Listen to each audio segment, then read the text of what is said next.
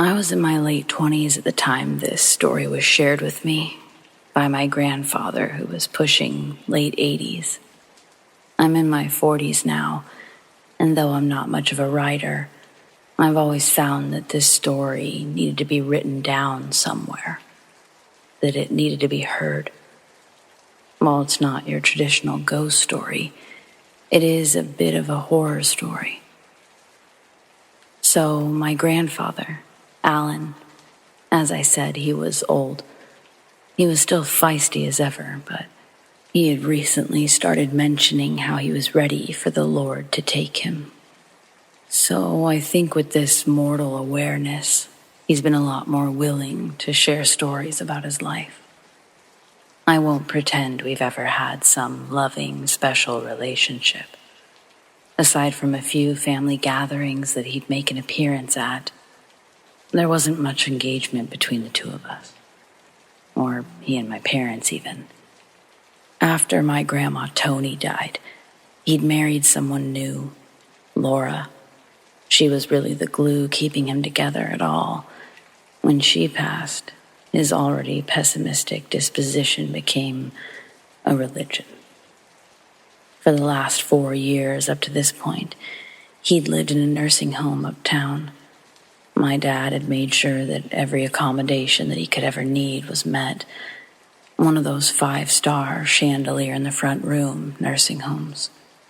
Even with the 24-hour assistance there, he still called my dad or I every couple of days to help move something or take him somewhere.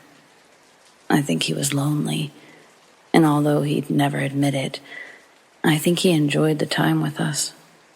So I was happy to pick him up and drive him to the bank or the grocery store when he called me. Our last interaction together, however, for the first time, gave me real perspective on why we should respect our elders. I mean, they've lived twice as long as we have. All the bullshit that we've experienced growing up, they've done it double. Chances are, if you're young, you haven't had the true, very worst experience of your life. Not yet. But on the contrary, your best day is still to come as well. If you're old, you've seen it, you've done it. You're wiser and mentally stronger than you were from the life that you've lived. And some old people, let me tell you, have lived through some wild shit. My family is just one example of likely many.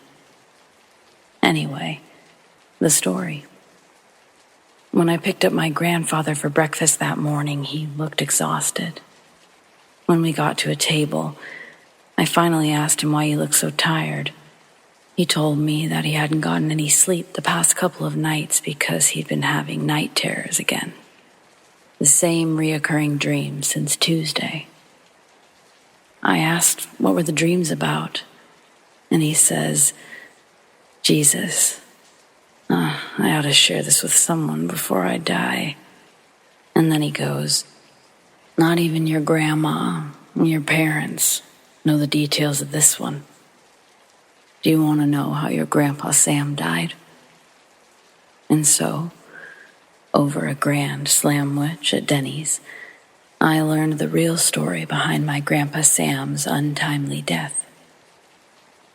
Grandpa Sam was my mom's dad. He died before I was born. What I was told growing up is that he died in a boating accident. Apparently, no. That's not how he died. There was a boat crash, but that's not what killed him. And my other grandfather, Alan, was there when it happened. A brief catch-up on some family tree dynamics may help this read better, or at the very least write better. So, back in the day, before my parents were born, Alan and Sam were already friends. They'd gone to high school together. And eventually they'd meet their future wives, also high school friends, Lorraine and Tony, at community college. Eventually, Grandpa Sam joins the military, visits Bora Bora while overseas, comes home with the idea of proposing to my future grandma Lorraine, and getting married there. Meanwhile, Grandpa Alan and Grandma Tony get hitched. 2 years pass. Grandpa Sam's plan actually comes together. They fly to Tahiti, then take another smaller plane to Bora Bora. The couples stay in bungalows for 2 days until the wedding. Sam and Lorraine don't drink because days before they leave, Lorraine finds out she's pregnant with my mom. But Alan and future Grandma Tony live it up. Morning of day 2, Sam asks Alan if he wants to go fishing. They can rent a little speedboat in town. Alan's hungover, but feels bad that Sam hasn't been able to let loose on this trip. So he obliged the request. The speedboat that they rent is a small wooden vessel with an old motor on the back, built into the back of the boat with a real homemade welding job, creating the illusion of stability.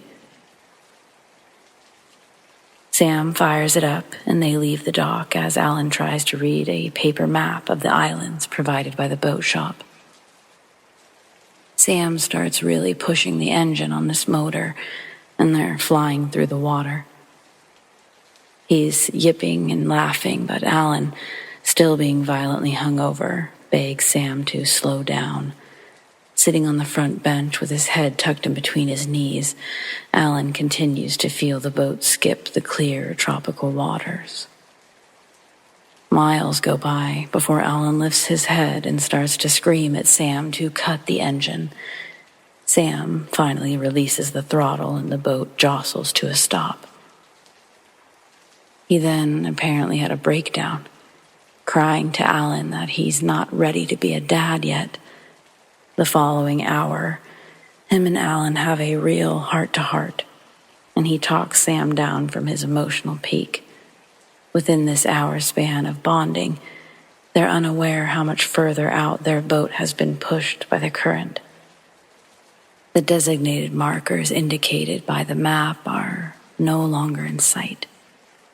The gas remaining in the tank slowly dwindles away, and they're forced to use the oars located under the wooden benches that Alan was dry heaving on hours ago. As the waves around them grow, one of the swells brings them to a height where Sam sees a landmass. Another hour passes on Alan's wristwatch as they battle the choppy waves in the direction Sam said to go, and the landmass is now clearly ahead in the distance. A beacon of hope just on the horizon line. They were both aware that it could take them until nightfall to actually reach the shore. Close to 100 yards away, they're navigating the jagged reef below as the water goes up and down, revealing their sharp points when they rise and detract back into invisibility. The combination of a tall wave and its force against the bottom of the boat launches Alan and Sam straight up. Alan breaks his nose on the metal motor while Sam lands upside down, halfway in the boat, under the bench and tackle box, while the rest of his body folds in the opposite direction, landing outside of the boat, paralyzing him. My grandpa says that Grandpa Sam immediately started shouting that he couldn't feel his legs. He had to leave Sam lodged under the bench and try to navigate this wooden boat to shore by himself. Alan manages to keep the boat stabilized and paddles the remaining distance. Drifting towards the shoreline, Alan starts to hear gurgling. Reef damage had sprung leaks in the boat, and Sam is struggling to keep his head from submersion. Alan's at a point where he can jump out of the boat and reach the ground to pull it into the sand. Alan then grabs Sam out of the boat and pulls him further onto land before collapsing from exhaustion. It was night by the time they arrived, but the humid tropical weather kept the air warm and comfortable. Finding shelter and building a fire wasn't a necessity for survival through the night, so they both just laid in the sand. Sam winced through the pain and quiet tears until he passed out. The only thing Alan could do was reassure him that someone will come looking for them. Both of them were significantly bloodied from open wounds and gashes from meeting with the reef. Unable to catch his own sleep, my Grandpa Alan decides to get up and explore a little bit of this island.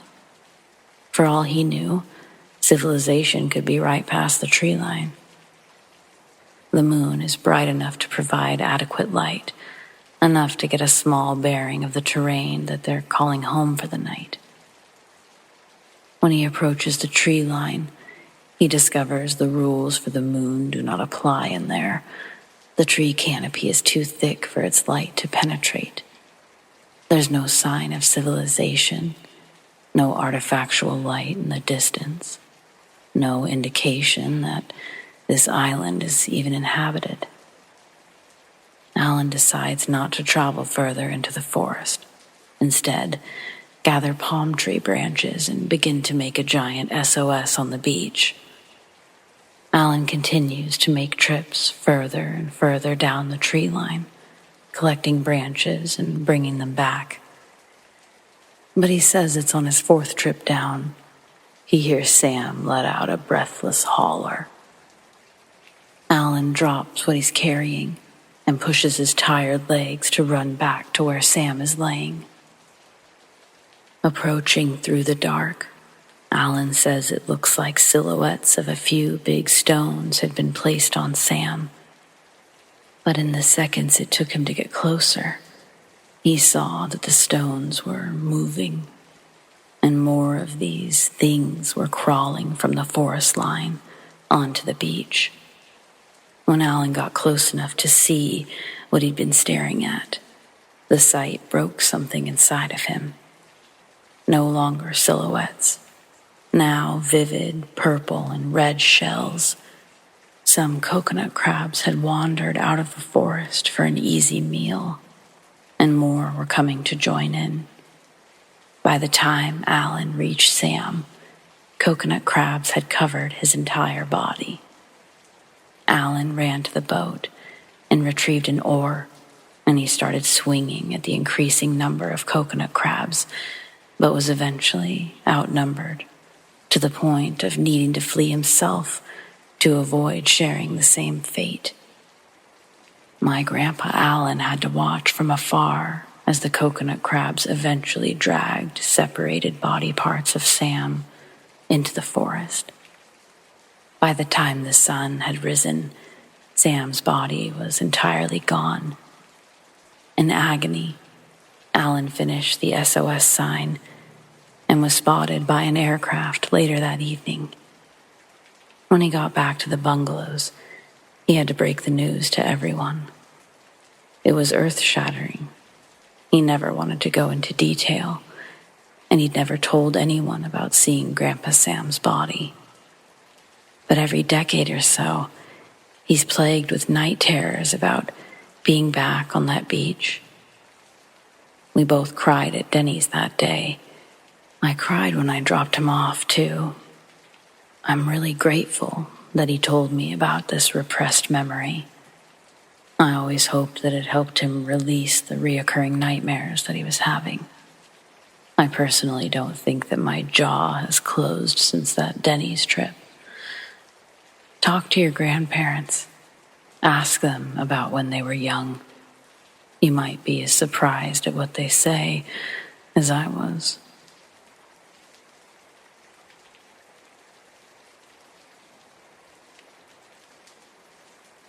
In my early 20s, I joined and helped start a motorcycle club here in the Southwest. Our get-togethers started out as weekend rides out to the canyons and out to eat at the casino buffets. As we started to establish ourselves as an actual MC, we began hanging out Thursday nights, and we started to hit up bars and nightclubs after a night ride around town. One of these clubs was known to have ladies' night, where a male dancer would come out and strip down to his underwear for about an hour. After, the dance floor would open up, and that's when we would go back in from the patio area outside. We got well known at that place. One night, as I'm walking out to the patio, sipping on my beer, this older lady pulls me to the side. She looks me up and down, and then she asks if we could sit and talk. I agreed, and we sat outside. She tells me she's friends with one of the girls that's hanging out with one of my boys from the MC. She began to tell me that I have this bright light that walks around with me, a huge angel taking care of me. She said she just had to talk to me. Since I walked into the club, my light made the rest fade into darkness. Out of nowhere, before I can reply to her comments about the light, she says, "Hey, can I read your hand? You see, I'm a witch, but not a bad one. I only do white magic. Why do you think your friend over there has gotten out of so many bad places?" While pointing to an MC member. So, homegirl over here was the side chick of one of the guys. But he'd had it on the low, so we didn't even know. This was the first time he invited her to the club, with all of us hanging out. Looking at her, and then to my beer, I sip the last of it, and I put it down. I give her my hand. Now, I can't recall everything she told me, but there were some things she mentioned that just stuck with me. She told me first that I would be in an accident before the year ended, 3 months. And yes, I got into a small motorcycle accident. The second thing that stuck with me was she saw my future kids and wife. "I see 2 girls and your wife. She has blonde-colored hair. It seems like you know her, or you've crossed paths with her when you were younger." Now, 12 plus years later, I'm married to someone that went to my high school, which I don't remember her, but my best friend says that he does. We also have 2 girls. My wife hates this part of my story because she says she has black hair. But when I met her, she was blonde. She just colors her hair every year. The last part I remember of her reading was that I would die of old age. People get mad at me when I mention that, or I joke about it. And look, I've had my fair share of accidents, a couple of them being cars and trucks, and I've counted about 13 motorcycle accidents. People around me can't believe I still walk around. To anyone reading my story, have you ever had your palm read? Have any of the things that they mentioned actually happened?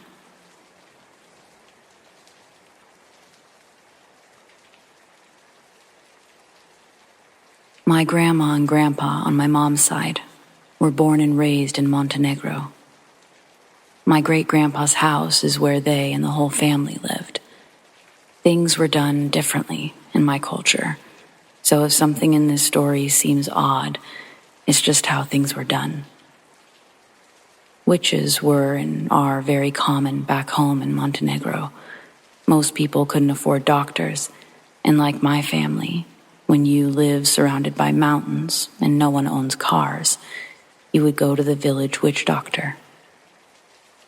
This woman, who was a known witch, married my grandpa's brother. Before she could get pregnant, my grandpa's brother was murdered.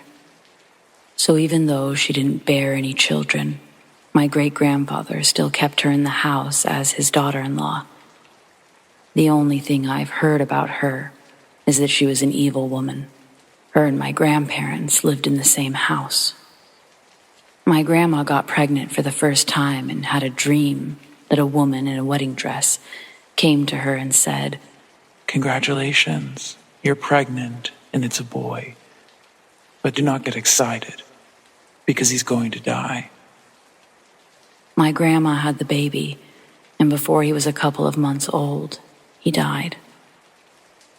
My grandma got pregnant again, and the same woman visited her in her dreams and said, "Congratulations, you're pregnant and it's a boy. But just like before, don't get excited, because this child will be taken from you too." Sure enough, it happened again. Before the baby was a year old, he died. The third time my grandma got pregnant, she believed the land or something had been cursed, so she had the baby far away from home. After a year or so, she woke in the middle of the night to the baby dying. She can't explain to us exactly what the baby was doing because our language doesn't have a lot of descriptive words. But she called the witch to come help. The witch cracked an egg on the baby's chest, and my grandma said that she saw the yolk slowly move up to the baby's neck and stay there. The witch turned to my grandma and said, "The baby won't die with you in the room. You have to leave." And suddenly, my grandma was not in the room. My grandma said the moment both of her feet were outside of the house, she heard her baby die. My grandma had 11 children, and only 5 of them are alive today. The worst she went through was when they had a son in Italy while they were refugees coming to America. And when he was 8 years old, he got hit by a car when his ball rolled into the street. My grandma and my family are convinced that the witch cursed her. This next story, it's about the Florida house. This was my dad's house in Clearwater, Florida. My grandparents moved out there in the early 90s, and the whole family experienced things there. And I wonder if anyone who's lived in the house after them, or even now, experiences it as well. My grandpa bought this foreclosed house. They lived in a condo or something in the meantime while they finished the house. My uncle told me that when he went there to smoke and chill with friends, the house had pentagrams spray painted on the walls, empty beer cans everywhere.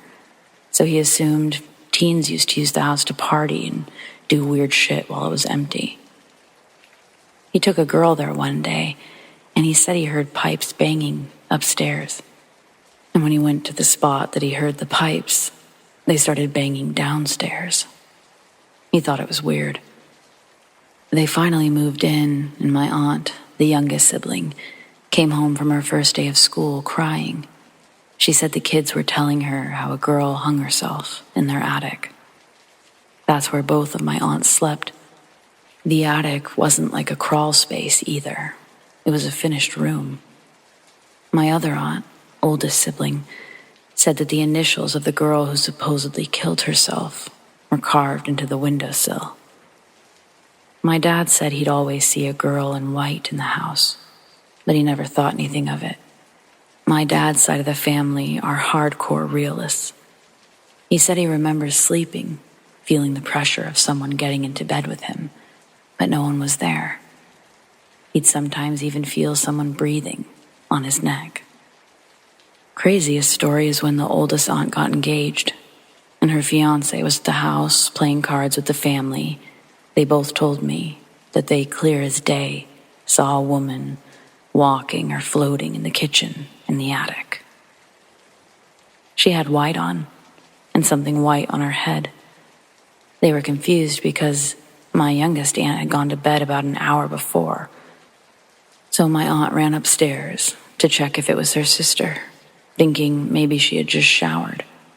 But my aunt was passed out, dry hair, and not wearing white. My grandpa, who is a foreign Albanian man, which is important because Albanian men have a toxic way of thinking that talking about this kind of stuff is embarrassing and that no man should mention it. So the fact that he admitted that it was true means it was definitely true. Well, he said that he would also see a girl walking around the house, and that one time he got so upset that she wasn't answering him, thinking it was his daughter, that he walked around the entire house looking for her. And one day, one of the family members, years after moving out, mentioned how they used to see a girl walking around, and everyone had one of those, "Oh my God, I saw it too," moments.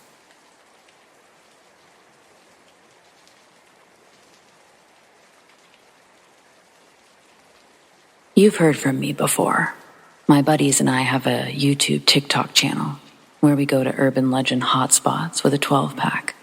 We do it about every week, And this week, we got a lead from my college ethics teacher on a potential ghost town, an abandoned hospital out in the woods of West Point, Kentucky. It's about a 45-minute drive from Louisville. Our lead was from a website that I'd found with photos and exact coordinates of where it was on the road in the middle of nowhere.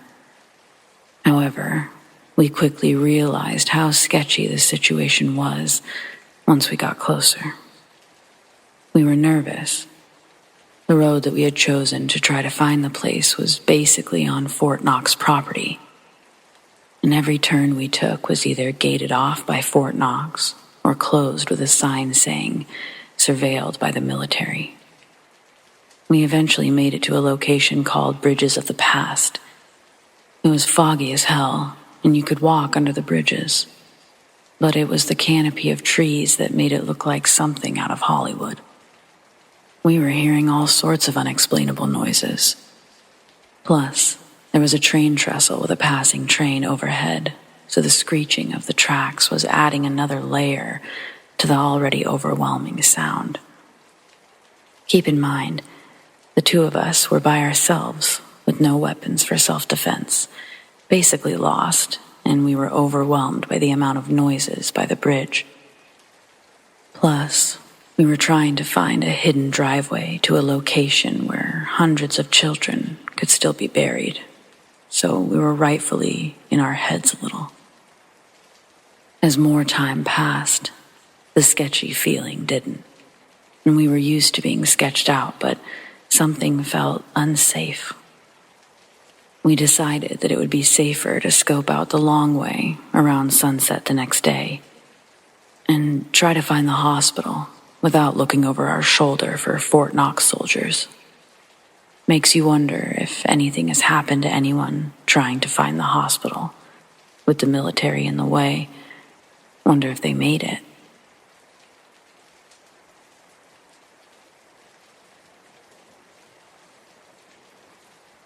A few weeks ago, my boss, Patty, shared a few of her paranormal experiences while we closed down the restaurant.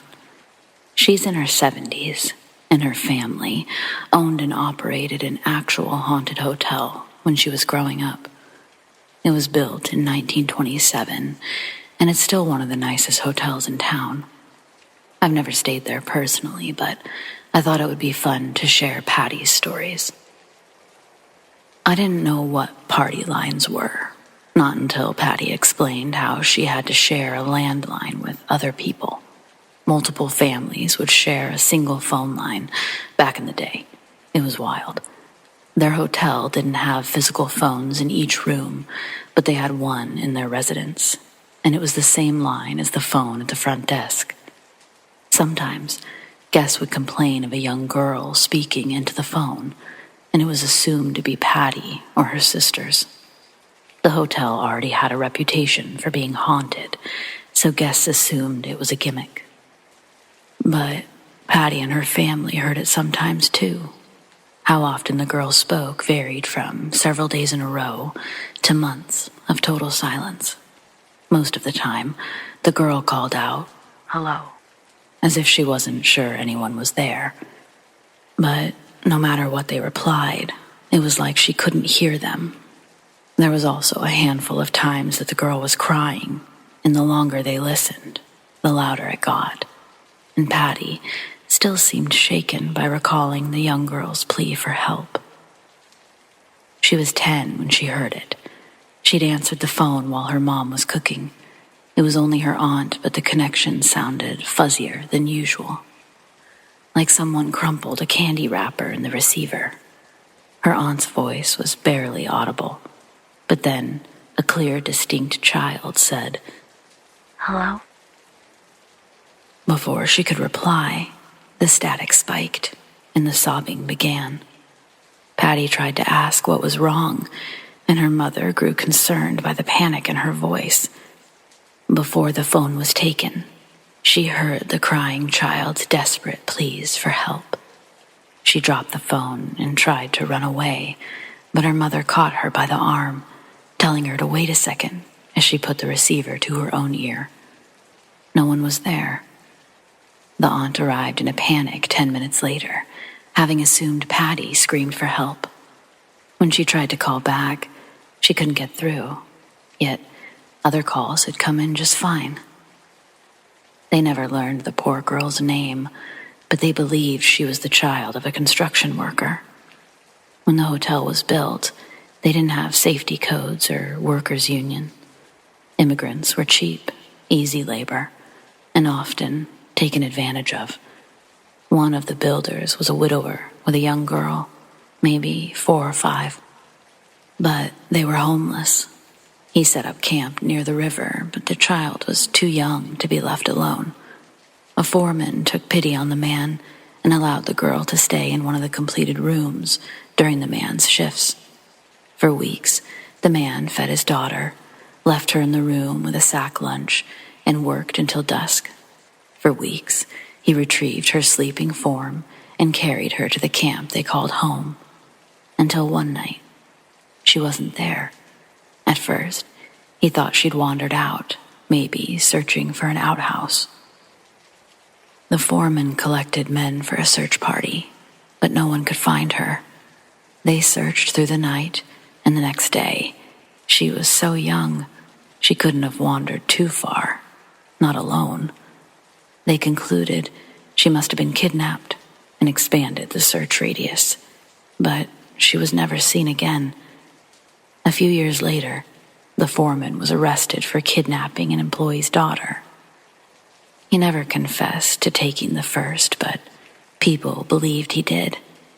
Some people have wondered if her body is buried beneath the hotel's concrete foundation. Her father never left town. He couldn't give up the last hope of finding his daughter, but when he learned of the foreman, he walked into the jailhouse with a shotgun. They say that no one tried to stop him, not until he turned the gun on himself, but they couldn't get to him in time. Both he and the foreman died that night. Sometimes, when the ghost was particularly active, the customers would tell their friends and they would have people walking in off the street just to use their phone. Most believed it was fake, but they still paid for the experience, so Patty's family went along with it. There was only one time they had a genuinely unsettling experience. An older man, probably in his 50s, he came just before 10 p.m., while Patty was watching the front desk. His appearance was almost inhuman. He was bald, incredibly tall, dressed in a black suit, and his ears looked plastic. His nose was pointy, almost like a bird's beak, and his top lip looked like he had corrective surgery. Paired with his small, dark eyes and non-existent chin, he appeared almost alien. Patty was terrified the moment he entered the lobby. She managed to ask if he wanted a room, but she could barely get the words out. That's not what he wanted, anyway. He wanted to use the telephone. His voice, like his face, was void of emotion, almost robotic. After a brief pause, he added, "Please," as if saying it was an annoying requirement. Patty squeaked out a timid, "Yes, sir," but her voice was barely audible as she placed the phone on top of the counter. The moment it was in his sight, she ceased to exist. He bent down, bringing the tip of his pointed nose just above the receiver. She heard him inhale deeply several times, breathing it in as one would their favorite scent. She didn't move or speak. She had a terrible feeling that she shouldn't. He kept pausing to turn his ear to the base, like he was listening for something. After smelling every part of the phone, he removed a handkerchief from his breast pocket, and with great deference, he picked up the receiver to carefully inspect every inch.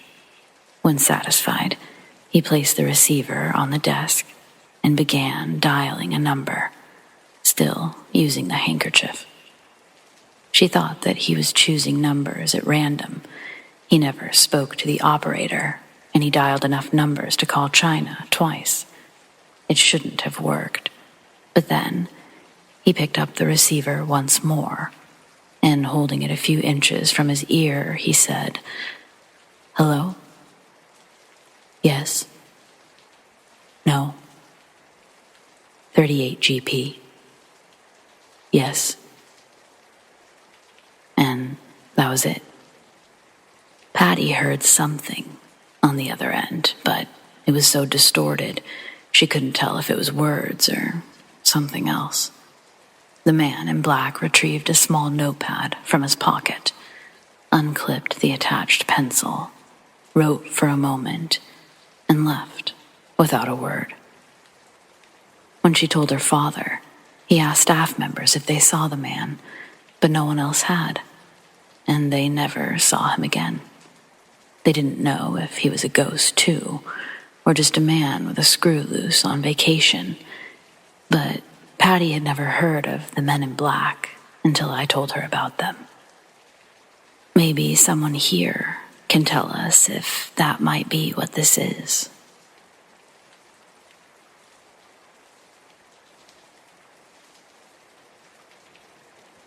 This is a story about my little sister's experience with the entity that haunted our Florida home.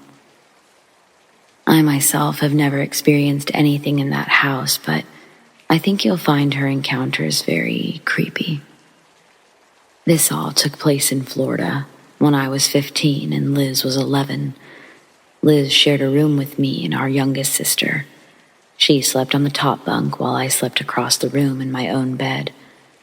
I like to entertain my sisters by telling scary stories or reciting whole scripts to one of our favorite movies. Liz always had a habit of calling me out whenever I told a scary story. She didn't believe in ghosts, which makes this whole thing 10 times weirder. The first incident was probably around July. As I remember, it was pretty hot. I had been asleep, maybe 3 hours, when I was shaken awake by Liz. She asked why I was standing at her bed and staring at her. Having just woken up, I was confused. I no longer struggled with sleepwalking, so I had no idea why she would think I was staring at her all creepy-like. I got her back to bed and I sat with her until she fell back asleep. The second incident was maybe 4 weeks later. While eating breakfast, Liz asks Mom who the man in the hat was. Mom brushed her off, but I questioned her further. She told me late last night she woke up to find someone standing next to her bed, peering at her through the safety bars.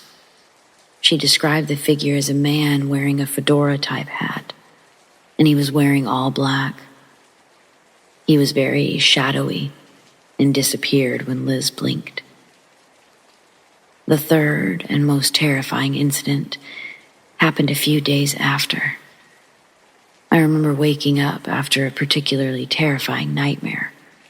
I looked over to my sister's bed, and I noticed Liz was sitting bolt upright, staring at me. I asked her what was wrong, and she answered, with fear apparent in her voice, "The man in the hat was watching you sleep." That was the last and most terrifying incident I can remember. I don't believe he appeared again. We had our house blessed twice, so that may have deterred him. What do you think it was? I know that we don't have any dead relatives that wear hats, so I'm confused as to what the entity was.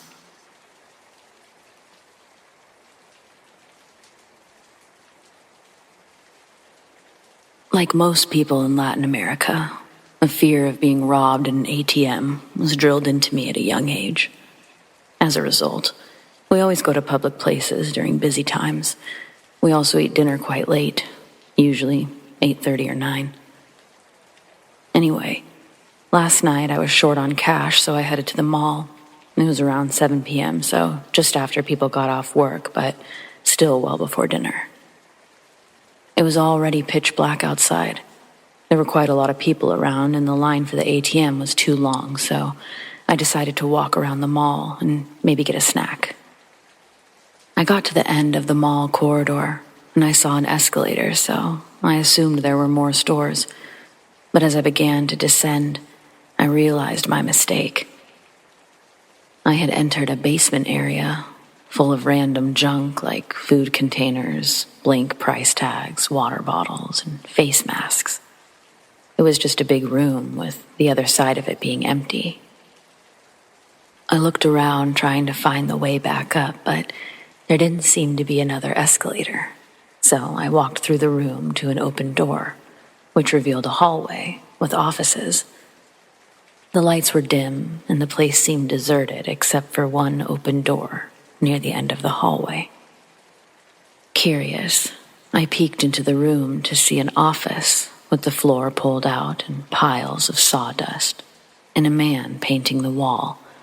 It was too late, and he saw me. "What are you doing here?" he asked. "How'd you get here?"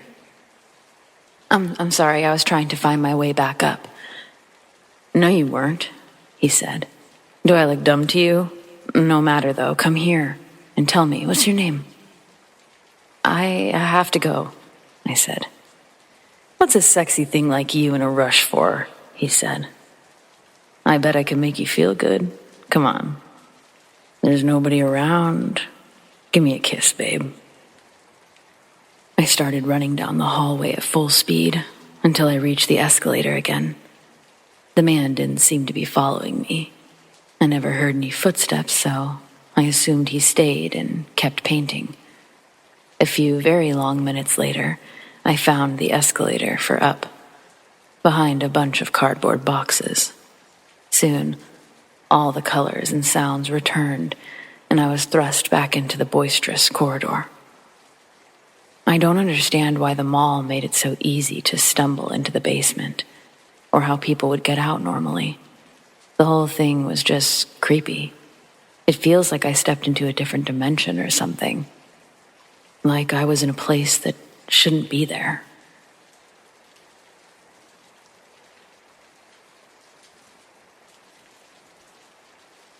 This happened well over 20 years ago, but I remember most of the details as the imagery was seared into my brain. Call it a core memory, if you will. I was around 6 or 7 years old and living in a very quiet suburban area. My parents often entertained guests and drank beers in the kitchen all night with their friends, and they'd often be parents of 2 or 3 of my best friends growing up. We were allowed way too much freedom as kids and were often left alone for hours. Normally, we'd be in the backyard playing since it was lit at night and enclosed with a tall fence, but it had rained hard that day, possibly still raining at the time, and we weren't allowed out. So, we tried to play hide and seek in my bedroom. We weren't very inventive. To make the game harder, the seeker couldn't turn on the bedroom light and had to rely on the hall light and the very dim street light that comes through one of the windows. As a hider, I immediately threw myself into 6 pillows on my bed and hoped they would conceal me better than my other hiding friend. No idea where he ended up. Soon enough, I heard the door open and could just barely see the hallway light coming in from between the pillows. Way too many seconds passed without a sound, no rustling or signs of seeking, and I peek out from my hiding spot to find myself completely alone in the room. Strange. I didn't have long to rack my tiny child mind, because almost immediately my window caught my attention. There was a shadow slowly crossing in between the streetlight and my blinds in the shape of a head and a very distinctive, long, triangular shape being held up as if to strike.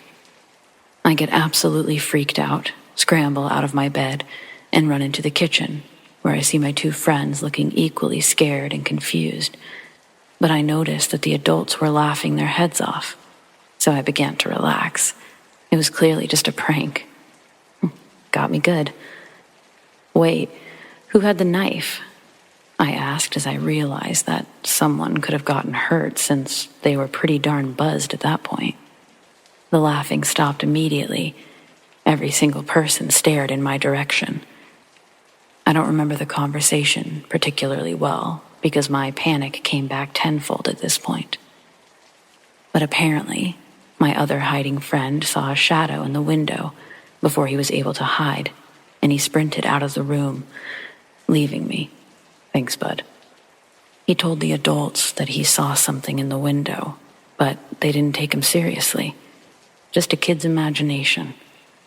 But as soon as I seemed to have corroborated the story, adding a knife into the mix, I was asked more questions, while the husbands ran outside to see if anyone was in the yard.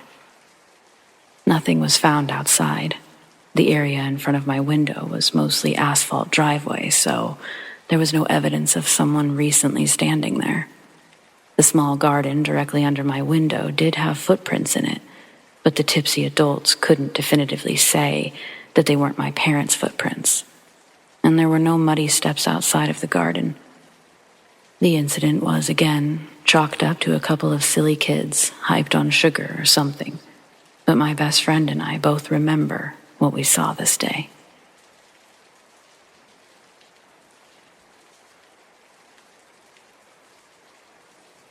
I've had several strange things occur, often enough throughout my lifetime to no longer just pass them off as coincidence or something other than it is.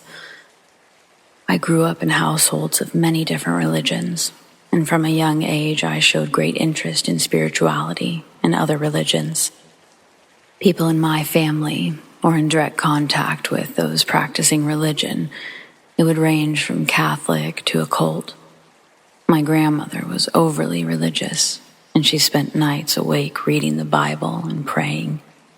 This is just some background on how I grew up. Spiritually, I spent a great deal of time with other families who practiced occult and Wiccan practices. Anyway, whatever, you get the point. So, I love nature.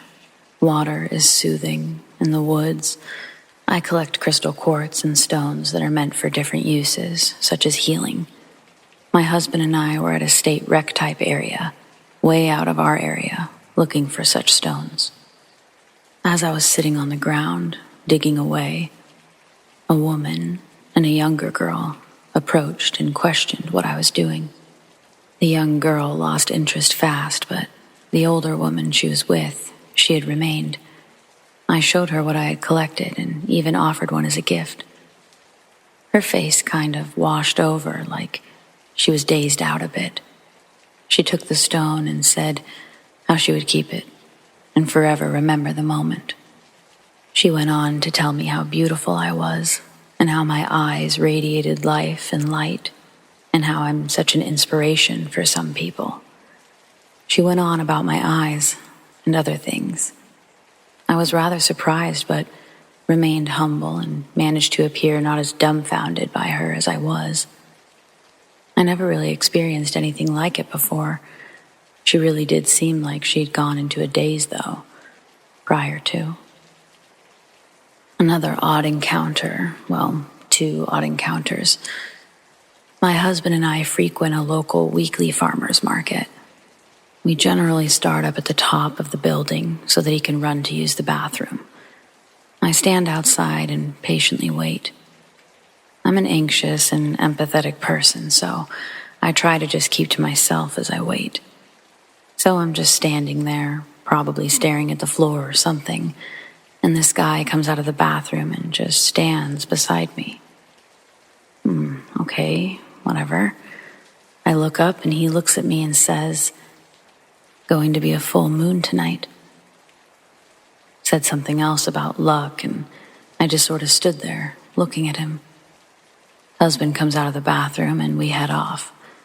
A short while later, this man and another man walk by. The man who spoke to me earlier looked my way and said something to the other guy I couldn't catch, and then said, "I'd know her anywhere." Okay, next up. Different time. I travel a lot and we like to visit odd places. We stopped at this radio place where an older woman walked people through for a tour. Her husband had collected them and had passed away. There was a smaller shed building and then a garage. I'd gone in this shed just a moment and then left my husband to go back to the truck. After a short while, he and the woman came out of the shed. She walked over to me with her hands cupped, kind of shyly, and said she had a gift for me. I said, "Oh yeah, a gift?"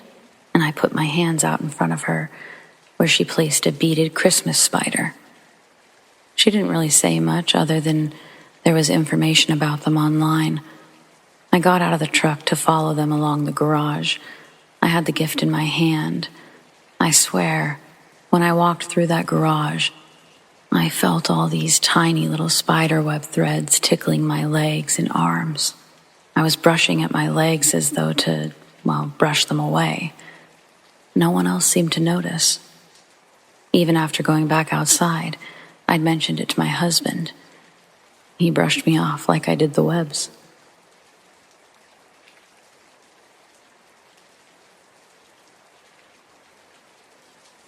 I'm not sure if I'm in the right place for this, but it happened when I was 8 or 9.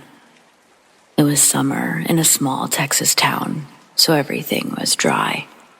I remember everything vividly, but my brothers will deny it happened until the day they die.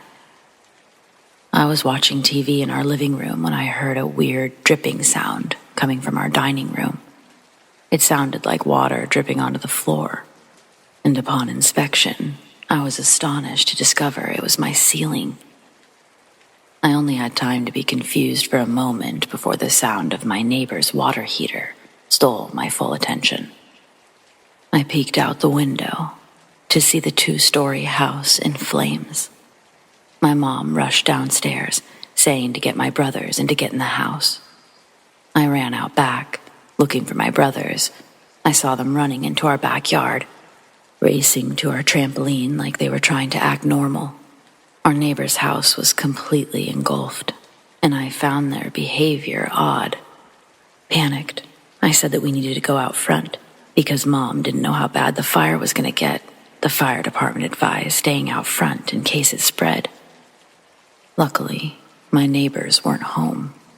It was traumatizing to watch as the fire department tried to put the fire out as quickly as possible.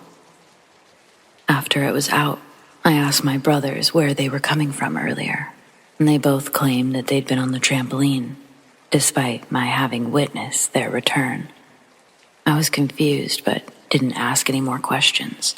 They were older, and it was their word against mine. A few days later, I overheard Mom and the neighbor talking. The fire department said that it had started in the back, where my brothers were, and that it could have been an electrical issue, but they weren't sure. Now, this was the 90s. It was an old house, and our town's fire department was a bunch of amateur volunteers. Plus, the police didn't help much either. But one thing I do know is that my brothers were pyromaniacs. They were always starting fires, and I always found it strange they blew off my questions about the fire. They'll deny it until the day they die, but I'm convinced they started that fire. I've just never had proof. The fact I didn't say anything to my parents still haunts me to this day.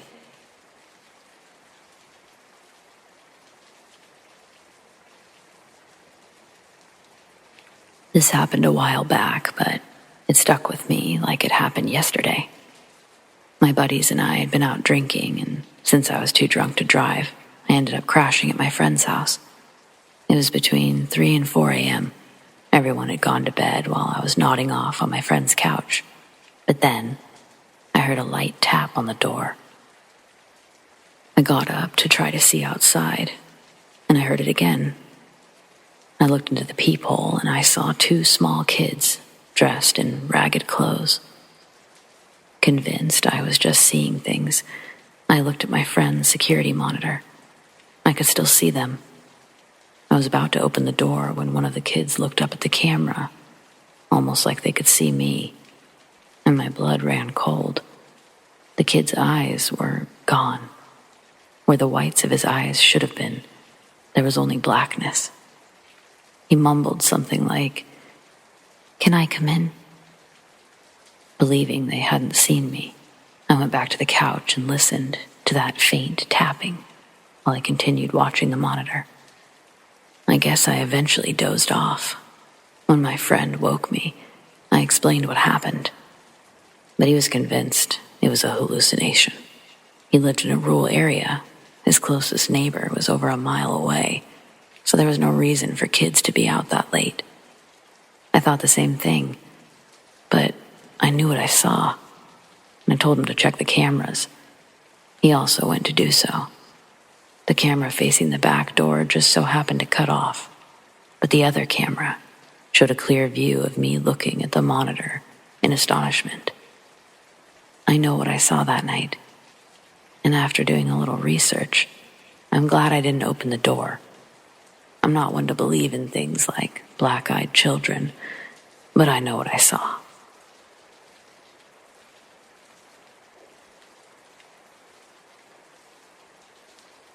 If you've read my previous stories, you know that I used to do trauma scene cleanup. If you don't know what that is, I basically managed a crew that went into buildings where someone was killed, committed suicide, or died by accident. Really, any situation where someone suffered a messy end. Over the course of my career, we had a few gang-related murders. The majority were Mexican gangs, but there were a few Asian gangs too. Most deaths were the result of home invasions, but some were specifically meant to harm the families of those involved. They were sending a message. Surprisingly, not all of them were that messy, but the walls were usually riddled with bullet holes. We would remove the drywall to sanitize everything, so the family only saw clean-cut drywall, not 60 bullet holes. Blood was most often localized to where the deceased fell. In those cases, we would just cut out the carpet, or if it had a hard surface, we just cleaned and disinfected the area. If there were soft materials like bed or sofa, we'd dispose of those as well. As promised, the following is the worst gang hit scene I ever saw. It wasn't the number of people killed, it's what happened after the fact. In the early 90s, we responded to a call for homicide cleanup. It was a nice 2-story home in a Los Angeles suburb. We got called to bad areas just as often as nice ones. Terrible things can happen no matter where you live, but they may happen more often if you involve yourself with the wrong activities.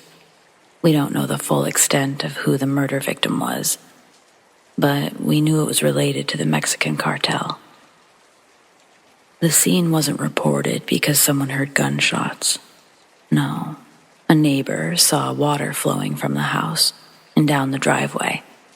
They must have called the fire department after not being able to find the resident. Apparently, the guy was taking a shower upstairs when the gunmen entered the house and found him. The intruder sprayed the shower with bullets. He must have had a silencer for none of the neighbors to hear it. As the deceased fell, his body covered the drain, causing the shower to fill up with bloody water. It then overflowed to the downstairs rooms and out the garage door, before ultimately making its way down the driveway. For this to happen, he must have been shot at least 2 days prior. Not only was everything wet inside, it had soaked in bloody water. Since there was so much water, most of it was diluted, but there were areas where the blood clearly stained material, mostly upstairs near the bathroom. The smell, as everything started to dry, was nasty. Sometimes when I'm at a meat counter and they're spraying down the butcher area, it reminds me of being in that house. Looking inside the shower, I saw the bullet holes were at mid-height level and more ran down onto the floor. The hitman must have kept shooting him after he fell. Probably wanted to make sure he was dead. While we were working inside, the police took some stuff, but most of the personal items were still there. We saw that he had a family. There were pictures of them and kids' clothing, so he didn't live alone, but he was the only one killed. We were never told what happened to the rest of the family, but I assume the killer waited for him to be alone.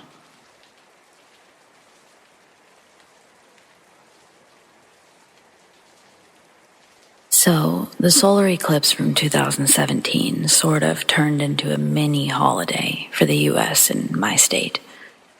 It happened about midday, and at work we were encouraged to step outside when it started. I saw it with everyone, and then I went back inside. I was about to resume my work, but for some reason, I went back outside instead.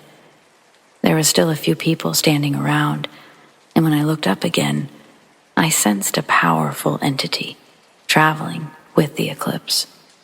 It wasn't visual, it was just a strong impression. I sensed it was the spirit of revenge, traveling with the eclipse and taking notes of the abuses people have inflicted. It was looking down at the population in large swaths, and it sensed me looking at it too. It didn't seem like it had much time to stop and think about someone like me. It was a short experience, but it left a strong impression. The day-to-day lives of humans are barely a blip on an angel's radar. I'm also irritated that I'm not spiritual. I feel like a spiritual person should have been the one to see it. I mentioned it to 2 people on Facebook and my mom. Plus, I mentioned it on Twitter months ago, but on some level, I was waiting for someone important to say something.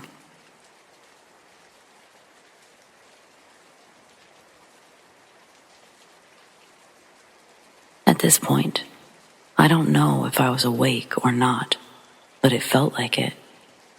Last time it happened, I still lived with my mom. This was the first time since I've been on my own. Last night, I dreamed of waking up paralyzed. I felt like I was taped to the bed. I couldn't move or speak. I could clearly hear an indistinguishable voice and loud footsteps pacing around my room. It just didn't feel right at all. I started a silent prayer that I'm somewhat familiar with. I'm not religious, I just knew I had to pray. I repeated it in my mind at least 10 times before the voices faded. I tried to move to see if I was awake. I managed to pinch myself a dozen times, but I couldn't feel anything. When I tried to sit up, I was pushed back down, and I tried to yell, but nothing came out. I couldn't see anything around me, but I finally managed to wake up and immediately pinched myself to ensure it was real this time.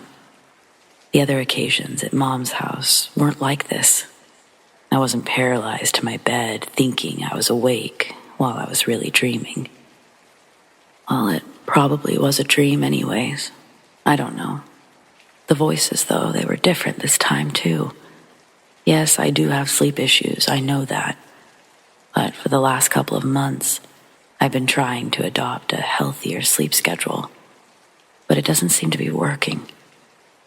Whatever happened last night just felt too real to be just a dream.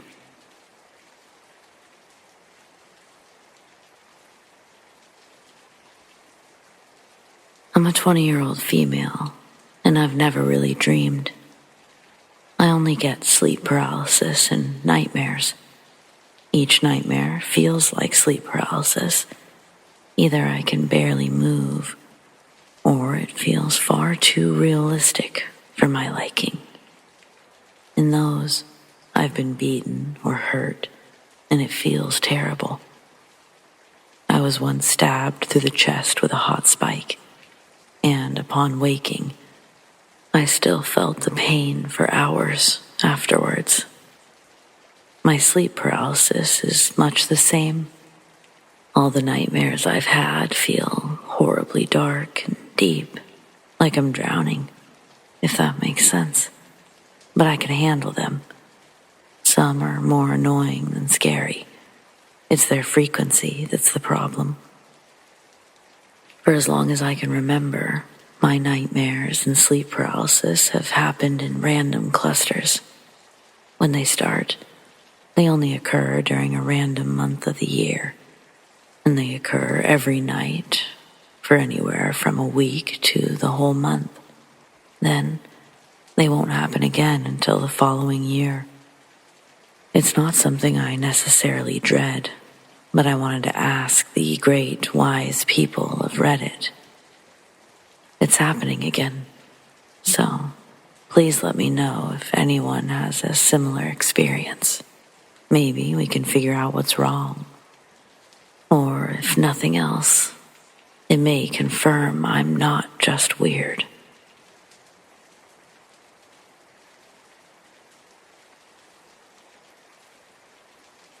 We just moved into a new house 3 months ago. It's in a pretty nice suburb, but it gets creepy at night when the neighbors turn off their outside lights before going to bed. I used to go out to the back patio to smoke, but it's the spookiest place of all.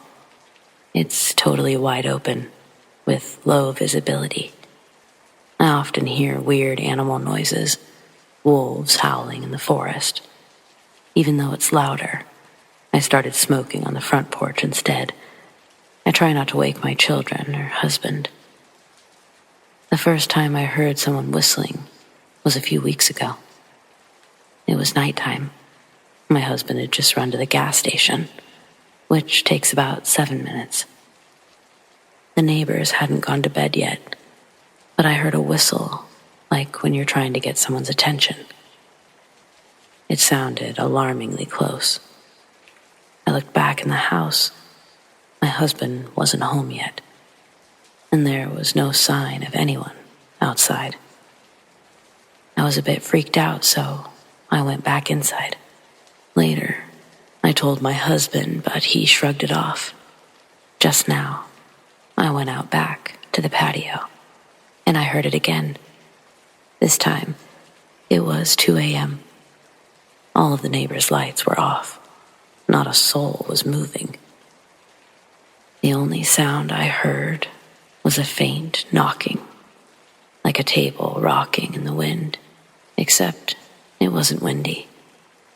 Then I heard squeaking and wondered if there were raccoons in my neighbor's trash. But then there was another quick whistle, just as I headed back in. It was still close, but further away than the last. With how close it sounded, I should have been able to see whoever was doing it. But there was no sign of movement. All the neighbors' lights were off. I was literally shaking as I went inside. It's creepy, like someone is doing this to me. I went upstairs to look out from a higher window, and I still didn't see anything. I don't get it.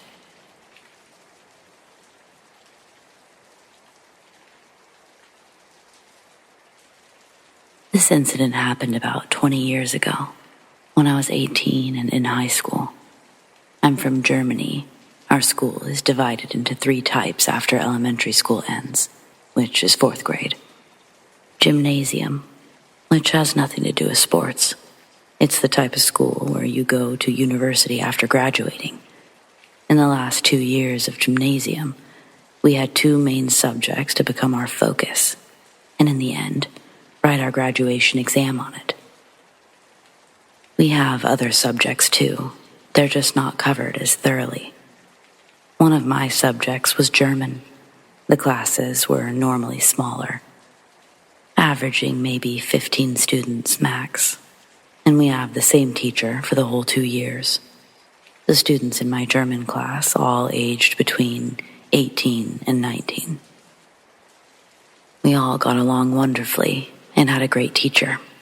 She was 35 and always friendly, calm, and relaxed.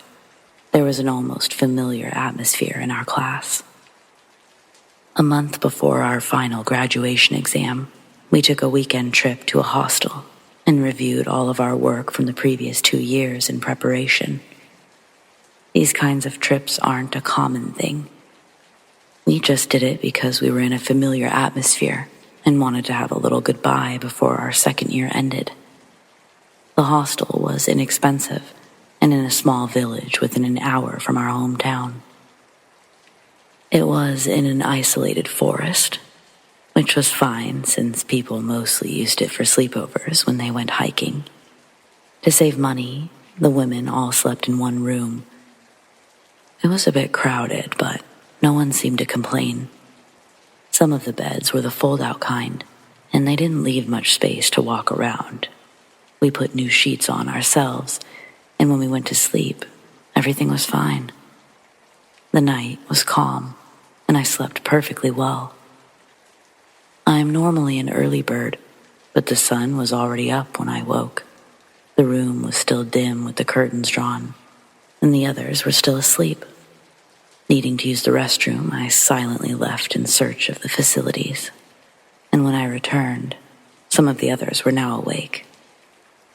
It's always a little awkward when waking up with others, but we said our good mornings and everyone went on about their business. That's when I noticed an extremely weird, dark brownish red stain on the ground between mine and my best friend's bed. The diameter was roughly 5 to 7 centimeters. It wasn't huge, but it wasn't small enough to miss the previous evening. It was still wet and shiny too. It hadn't had time to dry. I didn't touch it, but it looked thick. And it was purely liquid, no clots or chunks. The floor was gray, so there was a strong contrast in colors. It was highly obvious. The strangest thing was its perfectly round shape. There was no smearing and no other stains or droplets. It looked like it just rose out of the floor. It was like in a movie, when blood oozes between the cracks of a wooden floor. Only this was a linoleum floor, with no gaps to ooze out of. When I showed everyone else, they were equally puzzled and weirded out. Our teacher looked at us like she was searching for the guilty party. I looked at the ceiling, wondering if something had dripped from above, but again, there was nothing. The entire ceiling was clean. My second guess was that one of the other girls may have had their period. Of course, that put my best friend under suspicion, because the stain was between our beds, and I wasn't on our period. I mean, it happens. That would have been fine, but even if it was menstrual blood, how would it be so isolated, with no stains or smears? I don't think anyone was walking around bottomless either. I just don't understand how it's possible. If it had been a nosebleed, there would have also been smaller droplets and someone would have claimed responsibility. But no one seemed to have any injuries at all. I wondered if an injured mouse could have left it there. But again, no smearing. And where did the animal go? We were all puzzled, and since I'm a rational person, my theory remained menstrual blood. Even if it was also technically irrational, somehow it was still the most rational explanation available. But everyone denied being the culprit. And I believed them simply because the spot was just that weird. It made no sense. We checked the rest of the floor for other stains, including under the beds, but there was just that one. In the end, our teacher cleaned it up with a handkerchief, and the floor was fine. There was no damage or anything. Basically, it didn't come from above. It didn't come from below. It was like the blood spot just appeared out of thin air. I still don't know what else it could have possibly been, except for blood. Very dark blood. It didn't look like juice or jam, no strange smell, at least, not that we noticed. I don't think it was a prank either. Neither the girls or the boys were that type, and the boys would have never dared to enter our room with the teacher present. Again, I'm a rather rational person, and I would love to have an answer for this, but I don't. It's probably a very simple one. At least, I hope it is.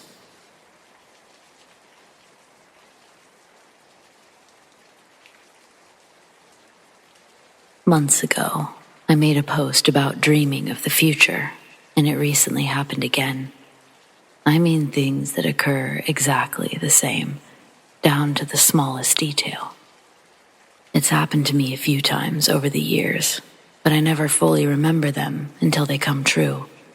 They aren't even important events. They'll be pieces of conversations, a random joke, or a simple mundane action. One of the most surreal and convincing moments was a vision about eating pie. Someone nearby had commented on something, but I was just so focused on the pie and didn't look up. Later, while a group of us were staying at a friend's house for the weekend, I suddenly remembered my dream when the same person made the same comment in the same tone of voice. I was sitting in the same chair, at the same table, facing the same direction, and looking down at the exact same pie as before. It blew my mind just how real this occasion was, and I've had others like it, just not as vivid as this one.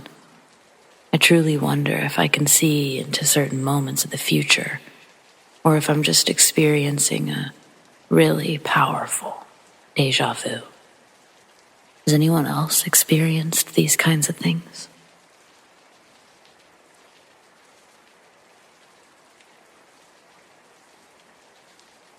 My name is Alex, and I want to share an encounter I had.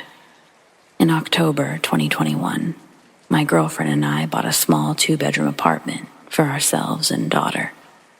Before moving in, we had to do some renovations like replacing the floors and painting. It was mid-November when we finally finished and moved in. It's on the first floor of a big block, and it may be small, but it's also cozy. The front door enters into a small hallway. Directly across is my daughter's room. To the left are 3 doors: the master bedroom, the toilet, and the bathroom. Next to the front door is a small window with a mirror on the left, along with the living dining room and kitchen. Obviously, when you try to renovate in a rushed timeline, not everything's going to be completely finished when you move in. The door to the living room or dining room wasn't done, so we removed it until we could paint it. We feel safer with our bedroom door open in case our daughter wakes up or has a bad dream. Since I sleep on the side of the bed nearest the door, I can see down the hallway and into that mirror. One night, I woke up around 2 a.m., and in the mirror, I saw the bathroom light was on. Since my girlfriend was still laying next to me, I thought one of us simply forgot to turn it off before bed, and thought no more of it. The following morning, I went to the toilet, and as I sat with the door slightly ajar, I looked into the mirror and saw something move in the bathroom. The door was slightly cracked, so I thought it was one of our cats. As I walked out of the room, I looked in the mirror again, and I saw a figure through the crack in the door. That's when my heart started racing and pounding. I shook my head, trying to brush it off, and I slowly moved to the bathroom door. At the exact moment I reached to open it, I saw my 2 cats were suddenly sitting next to me, and I almost jumped through the ceiling. I scratched their heads, but they didn't ask for more attention like they normally do. Instead, they just stared blankly at the bathroom door. That's when I paused to look in the mirror again, and I saw a face looking at me through the crack in the door. I rubbed my eyes, turned my head towards the door, and gave it a hard, fast push. When it opened, there was a double of myself standing inside, looking at the bathroom sink and mirror. I fully froze at that moment. I couldn't move, speak, or yell, and my heart was racing.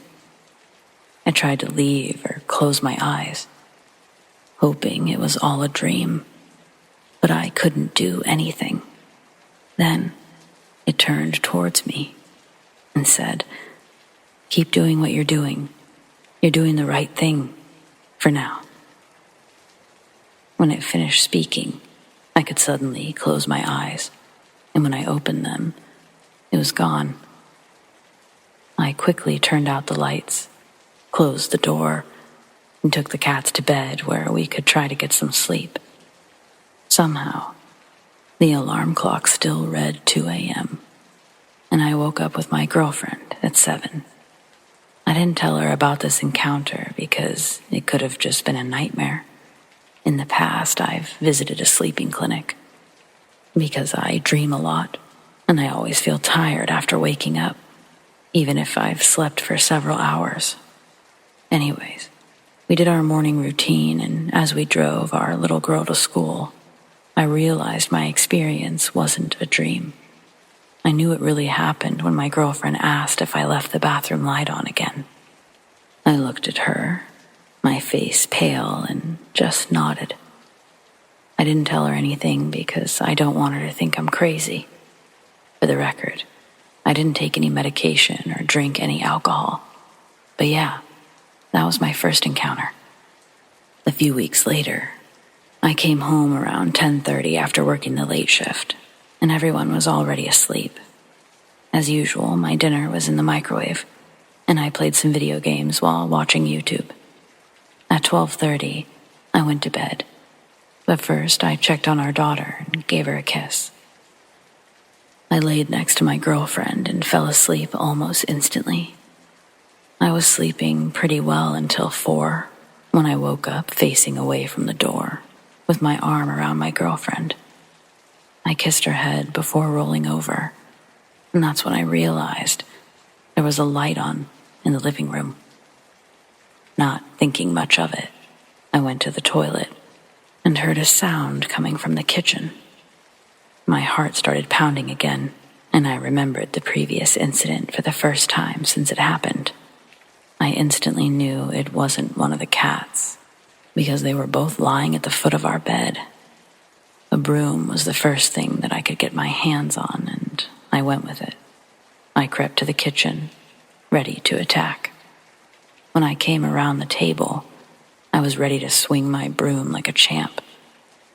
But I stopped immediately upon realizing my girlfriend was standing there, fully dressed for work, and shaking me because I was practically attacking her. She looked scared and asked if everything was okay. I touched her to see if she was real, and she was. I asked why she was up in the middle of the night, but she looked confused and said that she was getting ready for work. I ran to the bedroom to look at who I kissed, but the bed was empty. She followed me and asked what I was doing, so I told her. It freaked her out. She'd woken up before me, so nobody else was in the bed when I thought I kissed her.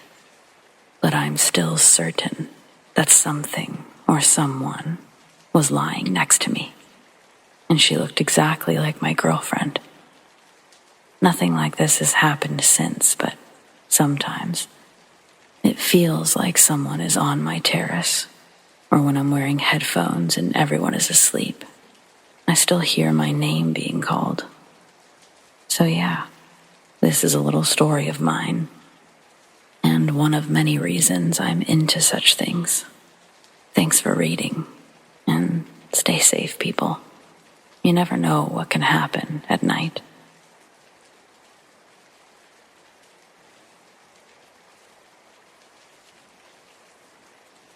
When my wife and I were still in the dating phase of our relationship, my soon-to-be mother-in-law, Arlita, called me up one evening, asking if I could check out a noise she'd been hearing in her attic. She thought a critter possibly found its way up there, it wouldn't be the first time I've had to remove an unwanted guest who started living in the walls of this poor woman's house. This actually happened enough that I had made my own possum-catching gear for when I'd need to wrangle another hot one. The critter kit consisted of rubber kitchen gloves, a flashlight, my fly fishing net, and an old raccoon trap. I tossed it all in the back of my truck and headed over there after work. It was evening by the time I arrived. Upon entering, I was greeted with a hug, and then was detailed about the usual bumps and thumps that she was hearing. In addition to these noises, though, she told me it sounds like someone's humming in the attic. This should have been my first indication that I wasn't going to be finding a possum when I climbed up there. Access to her attic is from a ceiling pull string that releases a rickety old folding ladder. When that thing drops, I have to be swift getting in there and closing it back up as to not risk the mystery animal gaining entry to the main house. I put my rubber gloves on, and I held the fish net with one hand and the raccoon trap with my flashlight inside tightly with the other. Arlita pulled the string and I dashed up the fragile wooden stairs. When I reach the top, she pushes the ladder hatch back up behind me, momentarily leaving me in the dark while I fumble for that flashlight. Quickly and quietly, I pull it out of the raccoon trap, and I hit the switch. The beam casts a bright circle at the nearest wall to me. I start to examine every nook and cranny from floor to ceiling of each wall. Stepping slowly and lightly still results in the floorboards creaking under my feet, like I was stepping on cattails.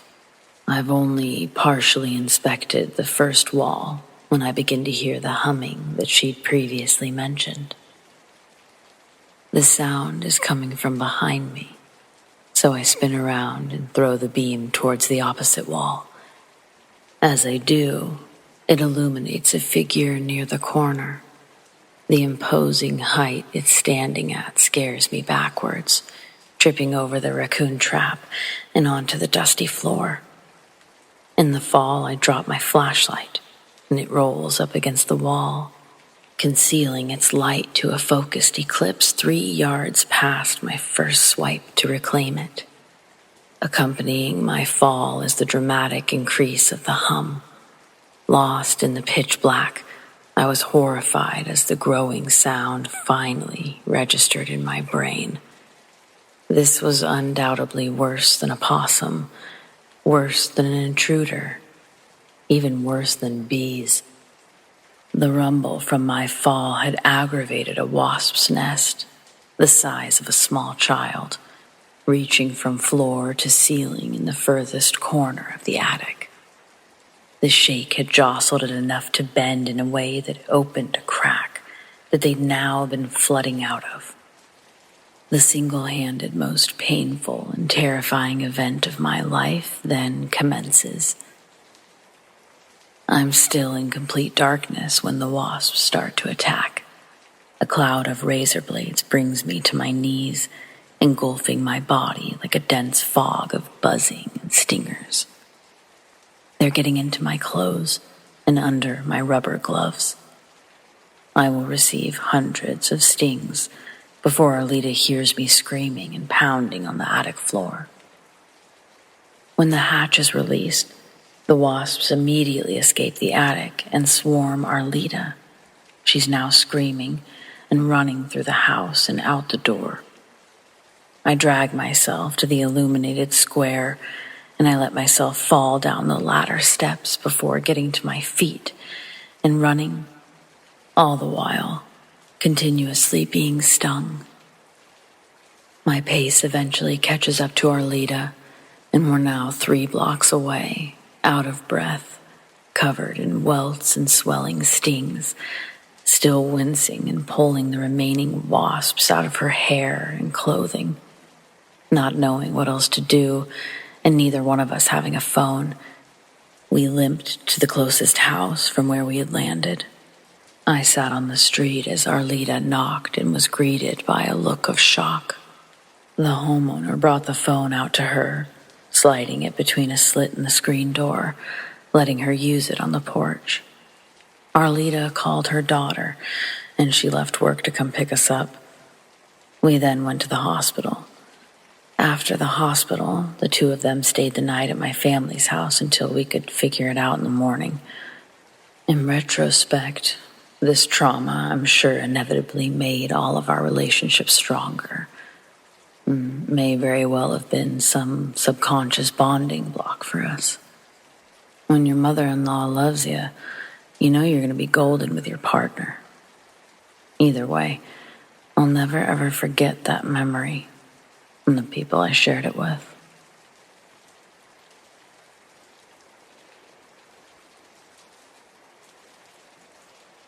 I love road trips. There's nothing more delightful to me than to get up an hour before sunrise and hit the road to a destination some hundreds of mile distance. However, there are occurrences in the wee hours when time gets thin and reality blurs around the edges.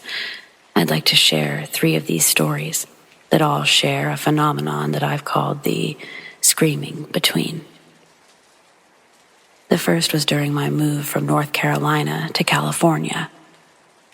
I made it in a 4-day blitz across the continental U.S., which I was pretty proud of. Day 1 passed with no trouble. Moving from Goldsboro, North Carolina to Prattville, Alabama in about 12 hours. Day 2, I got all the way from Prattville to Baton Rouge, and I knocked off early to enjoy some beignets and gumbo. Day 3 was the day that I heard it. It was about 4 in the afternoon, with a relatively clear day around me. October isn't the hottest time in Texas, but my AC had quit working, so I had the window down. VNV Nation's Nemesis was blaring out of my shitty Honda Civic speakers when I heard a god-awful shrieking.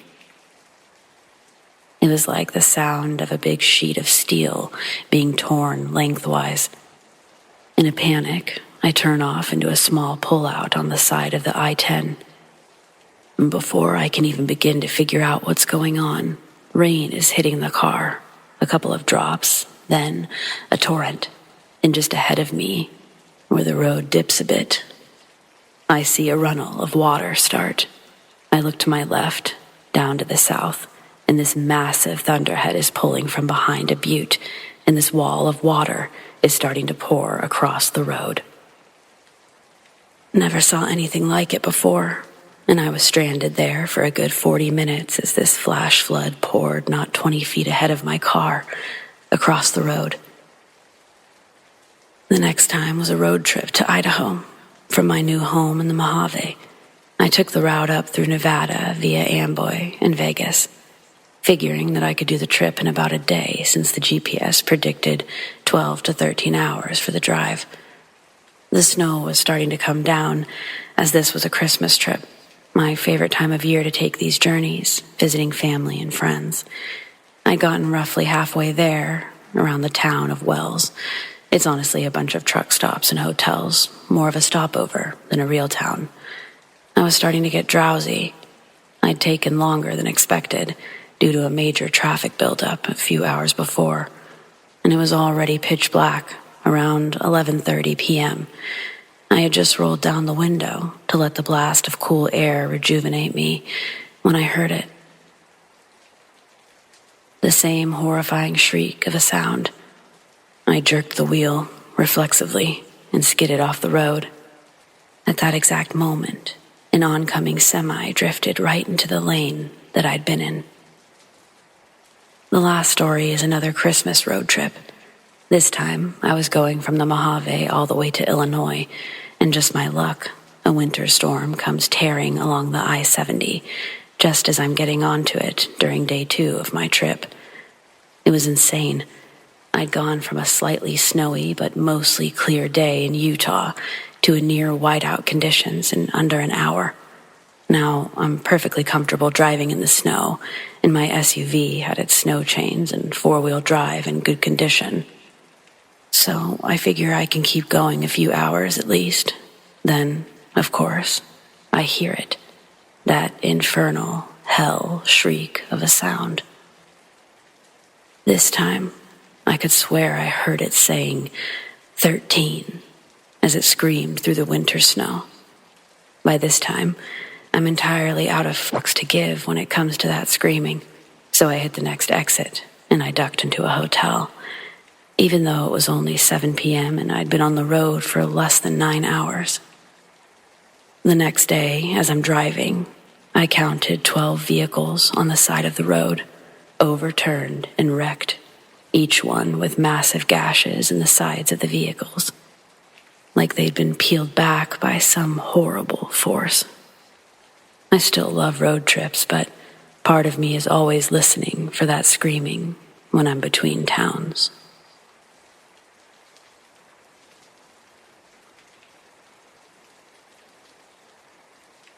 This happened 3 years ago when I was 16, but I still think about it constantly. It's probably relevant to know that I was raised Christian, but when this story took place, I was struggling with my faith. Now I'm agnostic, leaning towards atheism. Anyway, I was at the mall glancing into the stores as I walked past and not really paying attention to where I was going, and suddenly, some woman randomly came up saying that she had a message for me. She had red hair, emerald green eyes, lots of freckles. She wore a white tank top and black jeans. She said that her name was Alexa, which means defender of mankind. I stopped dead in my tracks, and in my head, I wondered if she mistook me for someone else. But then she made a really weird gesture and said, "No, I want to talk to you." I was freaked out. I couldn't imagine what she wanted, but she started asking me about my life, school, all sorts of senseless questions I can't remember. Then, in the middle of our conversation, she held up her hand, spread her fingers apart, and said, "Let's interlock our fingers and have our palms touching." It's hard to describe, but when our hands touched, I felt so much positive, loving energy. And that was something I really needed just then. Then, at the end of our conversation, she said she loved me, that she was proud of how far I've come. I honestly don't know who she was, but people have speculated that she could have been an angel. She also had bodyguards. They surrounded her in a crescent moon formation, and they were all dressed in black, minimalist formal wear.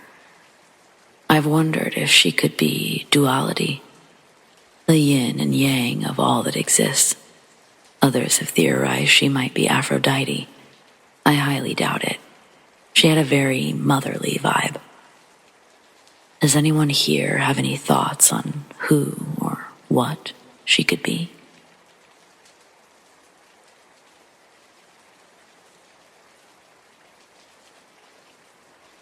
This happened 12 years ago, when I was 16, and my sister and I had 2 friends staying over for a sleepover. It was the middle of summer. We lived in a tiny town surrounded by lots of farmland. My sister and one friend fell asleep fairly early, but I stayed up chatting with the other for a while. We had our mattress on the floor, right by the 3 big windows in my sister's room upstairs. From the windows, you could see an elementary school across the street, and to the left, a parking lot directly across from us. On the other side of that was a farmer's field. We were up until almost 3 a.m. with those windows wide open, enjoying the warm summer air. Suddenly, my friend stops the conversation, says something like, "Oh, who's that?" I follow her gaze. I see that she's looking towards the farmer's field. I see 2 figures coming out of the field. It's obviously dark, and they haven't come into the streetlight yet, so I can't make out any features, but I assume it's just some of the kids in the neighborhood. My friend and I continue to watch in silence as these 2 people make their way into the streetlights, and they're coming directly towards the house. Now, I really assume it's someone I know, because there's a few teen boys that would often be out late, and they'd come to the house talk to me and my sisters from the window. As they're getting closer, we begin to make out their appearance, and I was truly shocked at how they looked. These two individuals couldn't have been taller than 5 feet. They were identical in all features that we could make out. And I mean absolutely identical. They were both Caucasian white. They both had bald heads, and they were both wearing the same long brown robe with a tie at the waist. How I would describe it is they sort of looked like they were in monk attire. They were proportional as well. No big heads or big eyes. They just looked like littler people. Even though they clearly don't look like anyone I know, as they're coming towards the house, I begin to call out to them, sort of a loud whisper. Hey you. Then I start yelling out names of the different people that I knew in town. I think that I was in a bit of disbelief and thought maybe it was a prank. All while my friend is totally stunned into silence. These beings make it just up to my parents' cars parked outside, so we have a very clear view of them. And then they immediately turn to themselves and go back in the direction toward the field. They never once acknowledged my calls. They didn't even look up. But they also appeared to be in a discussion with each other, though my friend and we didn't make out any sounds coming from them. We continued to watch them make their way back across the road, and then instead of going back into the field, they start walking down the road. We watch them until we can no longer see them. If you follow that specific road, it just leads to more fields and away from the houses. My friend and I stayed up for another hour talking about what the heck we saw. She's very Christian, so she believes it was demonic. I have no idea. It very well could have been demonic, but also it's just so random. The next day, we told everyone, and they all seemed kind of freaked out, even my parents. I have so many questions. Why did they come towards the house, only to turn back on themselves? I've wondered if they intentionally did that, like they knew that we were there, and they wanted to be seen by us. Why were their appearances absolutely identical? Why bald, short? Why the brown robes? Also, what's up with being out at 3 a.m. in a field? I've Googled and I haven't been able to find much. I did find an obscure YouTube video of a lady saying that she was visited by 7 beings that sound exactly like what my friend and I saw, but I haven't found anything else. This lady said they're interdimensional beings and that they know the future. Anyway, I'd love to hear if anyone else has seen these beings or what your thoughts are. Thanks for reading.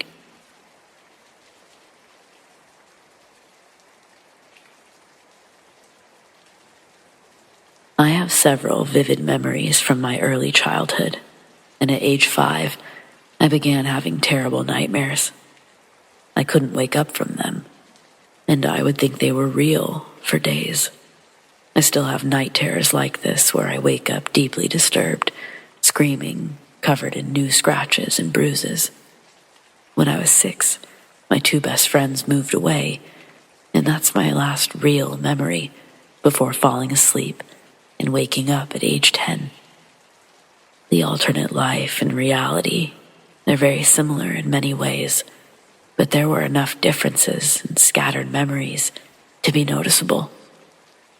I remember things that supposedly never happened, and I have no memory of things that did. For example, I remember babysitting the neighbor's kids for 30 minutes when I was 8, but after waking up 4 years later, the kids were the same age, yet I didn't babysit them until I was 11.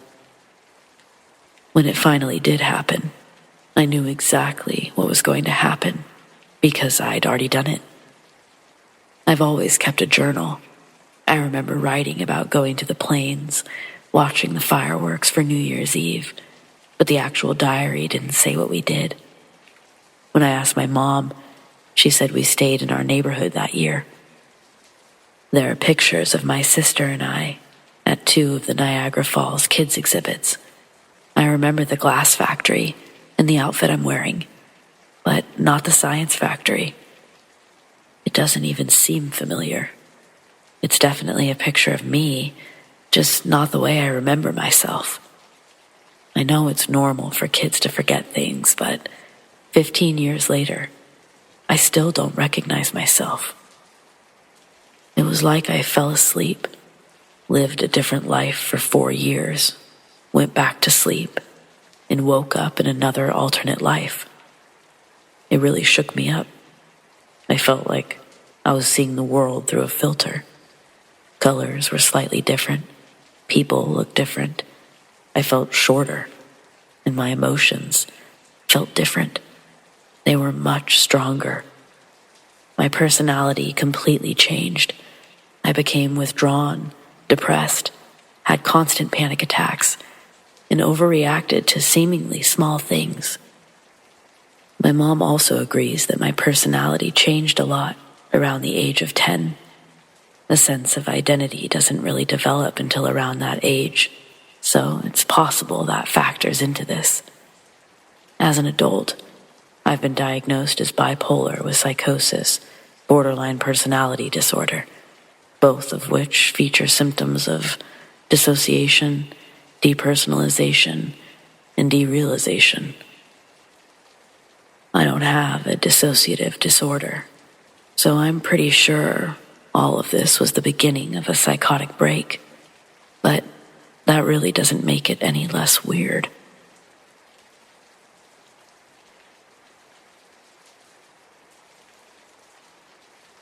This happened to me while walking through the park near my old house at night. While the park looks like 2 square miles of pure nature, it's surrounded by the city on 3 sides, with a suburban area on the 4th. It's not in the middle of nowhere. Sometimes I go to this park after work. It's a safe place. Squirrels are the biggest animals, so there's usually nothing to worry about. This time, I veered away from the trails and went to the bottom of a wide ravine where there's a shallow stream and some ponds. Most of the shore is lined with bushes and trees, and there's a type of sticky black clay that the local villagers call black mud. It was a clear enough night, and there were no trees above the stream, so I could see without a flashlight. Everything seemed normal, but then I saw movement behind the bushes just 15 yards ahead of me. I walked forward slowly, trying not to make a sound. There was enough space between the bushes to see a small meadow on the other side, along with at first I thought it was a dog, but I can't remember anything about it. The only thing I remember is instinctively rushing backwards to the stream. There, I picked up the biggest branch that I could see and continued running away with frequent glances over my shoulder. But nothing was there. Half a mile later, I stopped on a hill that overlooked the ravine. All was calm and quiet. Confused, I dropped my stick and went home. I have no idea what it could be, but I was in full panic mode for a few minutes, and then I wasn't. It was like flipping a switch.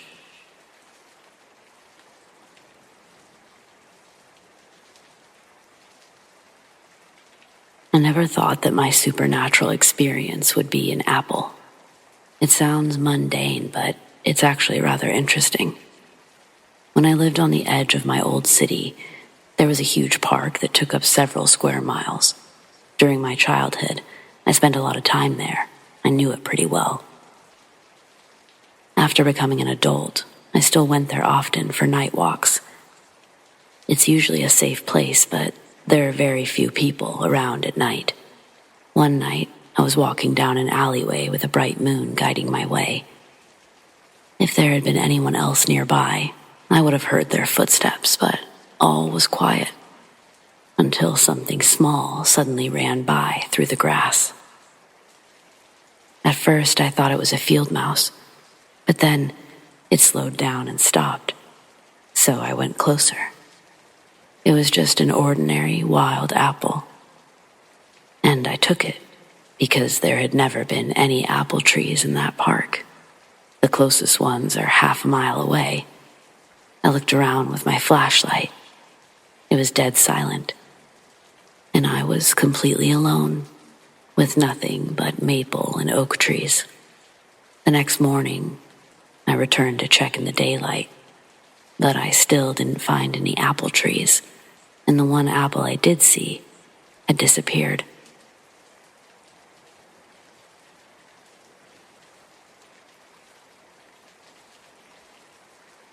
I don't know where else to put this right now.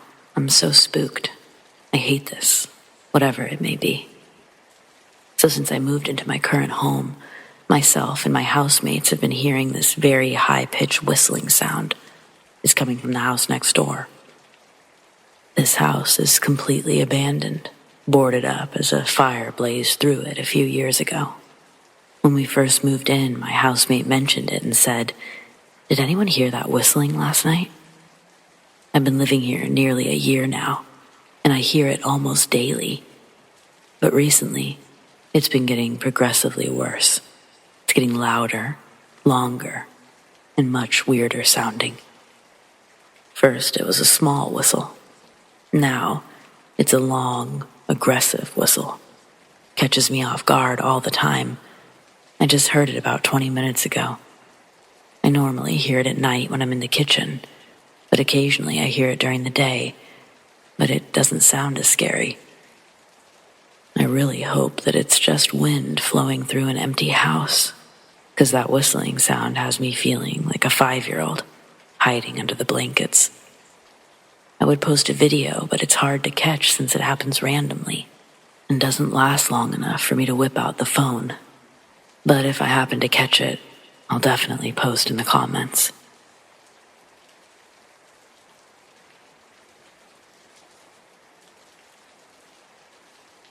This morning I woke up at 5 and went to the gym before class.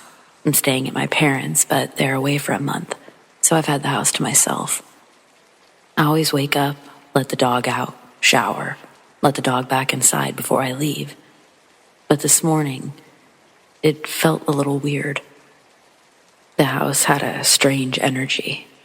I let the dog out into the pitch black yard, but the deck light didn't come on, which is unusual. I brushed it off and took a shower. The dog was waiting for me when I returned. I opened the door and the large black lab walked inside and straight under the table. I then tried to go to my room, but as I was leaving, I felt the same strange feeling from when I'd woken up. I looked at the dog's bed, noticed he wasn't in it, so I looked back at the door to see that he was still sitting outside. My stomach instantly dropped. I know I watched him come inside. I let my actual dog inside and searched my house to see if another animal came in, but I didn't find anything. The thing I let in before was about the right size, but it did look more like a shadow. It moved a little differently. I called my girlfriend since she was waiting for me at the gym. She thinks it was my imagination, but I've never ever imagined something this real. I wasn't even tired. My dog was also acting a little strange, staring at the wall and growling quietly. But I left soon after that. I'm at a loss. If anyone has a possible explanation, I'm really dreading sleeping there alone tonight.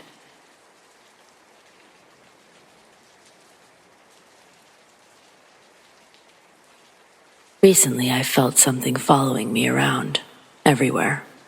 I always feel like someone's watching me. I feel a hand on my shoulder or a head when there's nothing there. So I keep seeing this thing when I'm outside. It doesn't talk usually, but I keep seeing it wherever I go. It's always behind a tree or hiding. When I was younger, I used to go outside to swing next to the huge tree, and I kept seeing a shadow figure stick its head out. But whenever I actually looked at it, it disappeared. It doesn't hurt or scare me. It's sort of like a father.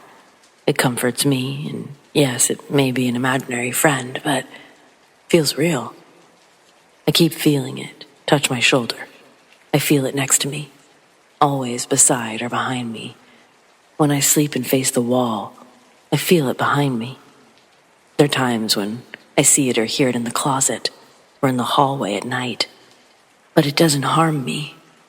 It doesn't harm me, and it says it brings no threats. It's comforting to me. Talk to it sometimes. During school, I write about it, draw about it. I might be crazy, but it looks so real and feels so real. It's super tall. No face, no accessories, nothing on it. A shadow figure, really skinny. I can almost see its bones. It has a sort of low, raspy voice. It's nice and kind. It's never made me feel threatened or scared. I feel happy, relaxed, and welcome it. I can never touch it though, but it can touch me. If I try to touch it, it fades away. It's not around me all the time, but comes to me when I feel stressed out or scared. No one else seems to see him but me, but I know I see it. Also, I just don't see him behind trees. Sometimes, when I swing, I see him next to the road.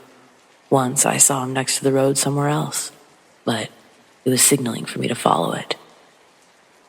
I'm not sure if he's a ghost, a bad spirit, a good spirit, imaginary friend, a shadow person, or anything else. Anyone who knows more about ghosts or might have an idea what this is, please tell me. I don't want to get rid of it, but if you think I should, please tell me that too.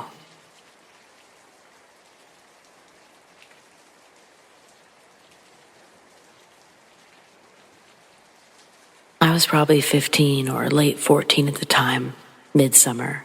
Me and two of my friends left a girl's house late at night, basically sneaking out of where she lived, kinda deep in the countryside, about a 45-minute walk to get to the city line. We left about 2 a.m, me and my two friends. We stepped out of her country subdivision road onto the main paved road. We took a left onto the main road. We took a right.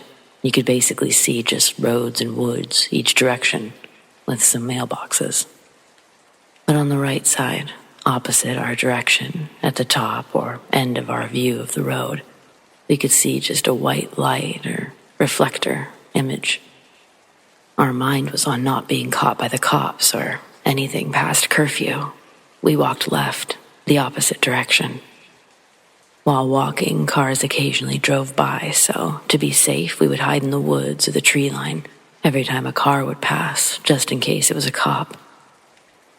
Every time we would watch a car go by our opposite traveling direction, basically we would look back and the white object was getting closer, quite fast. You could only see it in headlights. Once the headlights were gone, it was basically gone too. We continued walking, all seeing it, just confused, but didn't care to wait. We got to about the town line, and this thing was probably only 200 to 500 feet behind us. Again, we could only see it in passing headlights. None of the cars seemed to notice. When the creature was close enough, it was translucent, white skin with big black holes for eyes, limbs long and limp, looking pretty skinny. Skinny, but still could have been anywhere between 6 to 8 feet tall. We get into the start of town with house subdivision streets, basically townhomes. Every way we'd go, we'd look in the opposite direction, and we could see the thing, walking with our pace. When I got a side view of it, I noticed its arms hung pretty low, like it was looking at us but wasn't. Me and my friends that night weren't on any drugs. We snuck outside at night quite a bit, so it wasn't just some fear or mistake. We were pretty, I guess, calm or casual, because it kept its distance. We were just more concerned about getting caught by the law, I guess. To this day, I still ride my bike around town at night. I have for years, and I haven't seen anything like that night. In doubt, I sometimes question my vision, but both of my friends saw it 3 or more times that night. It was a gray, kind of cloudy night. I don't know. Any help with what I might have seen?